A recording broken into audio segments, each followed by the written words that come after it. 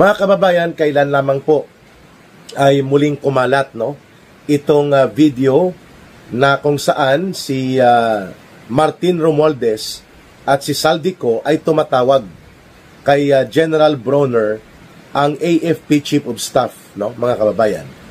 At dito may kasama siyang isa o dalawa pa na mga kongresista na sabi niya mga members ng BICAM, yung Bicameral Committee na naging scam kung saan doon po pinaplansya ang nilalaman ng budget bago ibalik para sa signature ng liderato ng Senado at ng House of Representatives bago po ipadala bilang enrolled bill papunta kay Marcos para pirmahan niya na magiging General Appropriations Act. Itong tawag na ito ay nangyari, I think, sometime first week of December last year, kung saan yan po ang date or schedule na natapos itong BICAM, na kung saan ang namuno ng delegation ng Senado ay si Senator Grace Poe bilang Chairperson Committee on Finance, at ang sa kabila sa House of Representatives ay si Saldico bilang Chairperson Committee on Appropriations. At yan po ang pinakasindikato na budget, kung saan 470 billion pesos po ang mga insertions, ang mga sagasa at mga parking na mga pundo na illegal at hindi po tumutugma sa programa na National Expenditures Program, subalit pinirmahan pa rin po ni Ginoong Marcos. So sa tawag na yon, mga kababayan, Martin Romualdez was acting as if siya na ang presidente. Inunahan niya si Pangulong Marcos Jr., si Bongbong Marcos, at nag-asta na parang Commander-in-Chief. Direktang tinawagan si General Romeo Bronner Jr., ang AFP Chief of Staff, At mula po doon, nagmamayabang siya. Oh, General, Chief of Staff Bronner, si Speaker Romualdez ito, napapakinggan ka ng mga kasama ko mula dito sa BICAM. Kasama ko si Congressman Saldico, at approve na, na ilusot na ang inyong subsistence allowance support na magiging 350 pesos per day bawat sundalo. As if pera niya at sariling bulsa ang pinanggalingan ng pondo para ipagmayabang at ipaghambog kay General Bronner, At hindi pa napipirmahan ang budget for 2025 noong tumawag siya. It was first week of December 2024. Pero makikita mo ang intention talaga ni Romualdez at ni Saldico ay umakto na parang sila ang mga hero. Kung bakit tumaas o tataas ang daily subsistence allowance ng mga sundalo natin, na mula sa 150 pesos per day magiging 350 pesos per day. So mga 10,500 per month ang magiging kalalabasan nitong SA o subsistence allowance. Mula sa 4,500 ay magiging 10,500, mga kababayan. Ngayon, yan po ay matagal na plano na ipatupad sa panahon pa ni Pangulong Rodrigo Duterte, na i-increase by as much as 300 pesos. Naabutan lang po ang term ni Pangulong Duterte, kaya hindi na naasikaso sa Congress. It should have been almost 500 pesos per day, na magiging supposedly 15,000 per month ang magiging subsistence allowance ng bawat sundalo o bawat bahagi ng Armed Forces of the Philippines. Subalit, nang umupo po itong gobyerno ni Marcos at Romualdez, nagmaniobra itong sila Romualdez, siyempre sa diskarte ni Marcos, para makuha, kunwari, ang loyalty ng mga sundalo. Kasi, kay Pangulong Duterte, ang basic pay ng mga sundalo nagdoble, at na-increase din ang mga sweldo ng mga opisyal ng sundalo. mula sa almost 14,000 lang ang sweldo noon bawat buwan o sahod na natatanggap ng isang pinakamababang ranggo na sundalo at pulis, ganun din, naging 29,400. So, doblado ang sahod ng ating mga sundalo at pulis.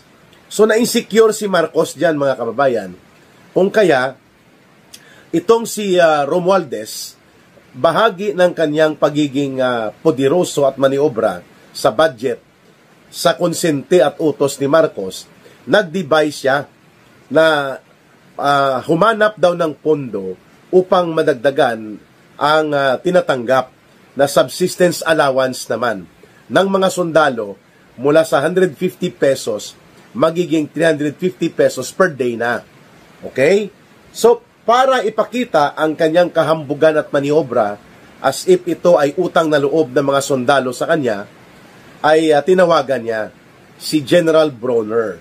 At ganon din po ang ginawa ni Saldico, may isang video pa ito kung saan tinatawagan din po ni Saldico si General Palafox. Ito naman po ay ang commander ng Armed Forces of the Philippines sa Southern Luzon Command, sa buong Southern Tagalog na area at buong Bicol region. Yan po ang sakop ng Southern Luzon Command. At ito rin ang binabanggit ni Saldico as if ang mga sundalo ay mayroong utang na loob sa kanila, sa kanilang paghahambog upang ipakita na inunahan pa nila si Marcos Jr. who happens to be the Commander-in-Chief, no? Mayroon pong political motivation si Martin Romualdez at si Saldico kung bakit sila tumatawag noong December kay General Bronner at kay General Palafox. Ang pinaka-political motivation nila, ipakita na sila ang dapat na suportahan at dapat tangkilikin ng mga sundalo, ipatronize, which is dangerous, no? Ang mga sundalo ay hindi po dapat ginagamit na parang may utang na loob sila sa Kongreso, sa Senado, o kay Marcos, o sa sinumang presidente, sapagkat ang sundalo po, ayon sa kanilang mandato, sa doktrina, at sa kanilang misyon, sundalo sila ng buong sambayanang Pilipino. At sila po ay naglilingkod para sa pagpangangalaga ng proteksyon sa kabutihan, kaligtasan ng buong sambayanang Pilipino at para sa buong bansa. Hindi po sila private army na maglilingkod lamang sa presidente, sa vice president, sa mga politiko, sa senador, sa mga congressman. Hindi po ganyan ang doktrina at orientasyon ng pagiging sundalo. Kaya nga ang nakalagay sa ating saligang batas sa Article 2, Section 3 ng ating Declaration of State Policies and Principles, the Armed Forces of the Philippines shall be the protector of the state and the people. Ayan. So, ibig sabihin po, mga kababayan, itong patronizing style ni Romualdez at ni Saldico at the height of their power ay pagpapakita ito na pinaghahandaan ni Martin Romualdez ang possibility na siya ay tatakbo sa kanyang ambisyon na maging Pangulo ng bansa. And yet, too far. Malayo pa ang 2028 elections, pero ang budget ginagamit na ni Romualdez at nila Saldico, at of course with the consent and authority of Marcos, na gamitin sa pamumulitika. General Bronner should be wise and intelligent enough para makita po ito na ginagamit ito ni Romualdez at ni Saldico ang mga pundo na ito upang palabasin na may utang na loob ang mga sundalo sa kanya at sa kay Marcos eventually, but of course ang bida muna si Romualdez. Ito din po ang kumalat na impormasyon na noong 2024 si Romualdez po ay umiikot sa mga Army Division Command. So bawat area po may division yan. There are 11 division of Army Commands sa bawat mga nakatalagang lugar. Halimbawa, pag sinabi pong 1st Infantry Division, sa Mindanao po yan, ano? I think sakop niya ang mga Zamboanga, Yan, mga area na yan sa 1st Infantry Division. Ang 6th Infantry Division, mga Cotabato, Central Mindanao, yan. So, pagdating naman sa Cebu, Bohol, Siquijor, Negros, Panay Island, 3rd Infantry Division. Pagdating sa Southern Tagalog, mga Mindoro, Quezon, Cavite, Laguna, Batangas, Rizal, 2nd Infantry Division, and so on and so forth. So there are 11 division of army units or command. Inikutan daw ito ni Martin Romualdez. Of course, sumasama yan si Saldico at namumudmud ng pera ayon sa balita ng ilang mga brigade commanders. At naiiskandalo sila dahil parang binibili ni Romualdez ang kanilang loyalty. Now we will understand, no, mga kababayan, maintindihan na natin ngayon ang bigger picture kung saan humuhugot ng kapal ng mukha at kapal ng bulsa, kunwari, itong si Romualdez. Ito po yung mga congressional insertions na ginagamit niya as if personal niyang pundo at pinayagan, kinonsinti at pinabayaan ni Marcos. Ginagamit niya mag-ikot ito, sabi niya, anong kailangan nyo? Kalsada? Okay, I'll give you 10 million pesos na proyekto dito sa paligid, and then another 10 million pesos, kayo na ang bahala for the boys. Mantakin mo 20 million pesos, ibibigay niya ang 10 million daw para sa kalsada o pagpapaayos sa kampo at ano pang proyekto, and then ang 10 million para sa for the boys. Ibig sabihin, ipapartida. Mga kababayan, kumalat po itong aligasyon na ito with some na mga matitino na mga generals, na mga brigade commanders na nababastusan at naiinsulto sila sa ganitong pamimili na style at panunuhol ni Martin Romualdez. Kayang gawin niya ni Romualdez, na magkano lang yun, ano? Mga nasa 220 million pesos lang ang hanggang 300 million pesos. Kaya niyang ikutan upang mamudmod ng ganito, kunwari na mga pundo. Pero ang pundong ito ay nanggaling sa mga illegal congressional insertions. Pero ang sabi ng iba, hindi lang 20 million, kundi 100 million pesos ang doon sa mga malalaking division. Walang nagpapatotoo nito sapagkat pinagtatakpan ito ng mga balita. Pero yung 20 million, kumalat po yan. 10 million for the boys, 10 million para sa kung anong proyekto gusto ng commander ng division na yon. So, nakakabahala po ito sapagkat ang political bribery at ang political manipulation, dapat po hindi yan gagawin ng isang politiko kung matino po ang kanyang pagkatao at matino ang kaisipan.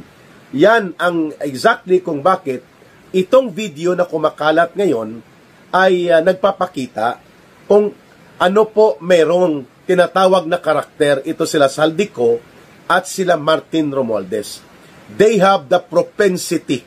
Mayroon po silang hilig at kakayanan na gumawa ng katarantaduhan kagaya ng panunuhol, pamimili ng artificial loyalty ng mga tao at ng mga politiko na kinokontrol nila para magkaroon ng suporta. Kunwari, ang gobyerno ni Marcos, pero yon ay paghahanda na rin po sa kanyang maitim na balak na kontrolin ang laro ng politika sa 2028 elections. Sa kanyang ambisyon na siya ay magiging presidente na malabong mangyari in an open and honest elections kapag ito ang lumaban kay Sara Duterte, lalo na ngayon, nako, kung dati 2 toneladang alikabok ang kakainin nito kay Sara Duterte na election results, ngayon kung ngayon gaganapin ang eleksyon, sa pagkatao na ito ni Romualdez, sa kanyang pagkakasangkot sa malawakang pandarambong ng mga isyu na ito na sumasambulat ngayon, hindi lang 2 tonelada na alikabok ang kakainin niya kung lumaban ito kay Sara Duterte.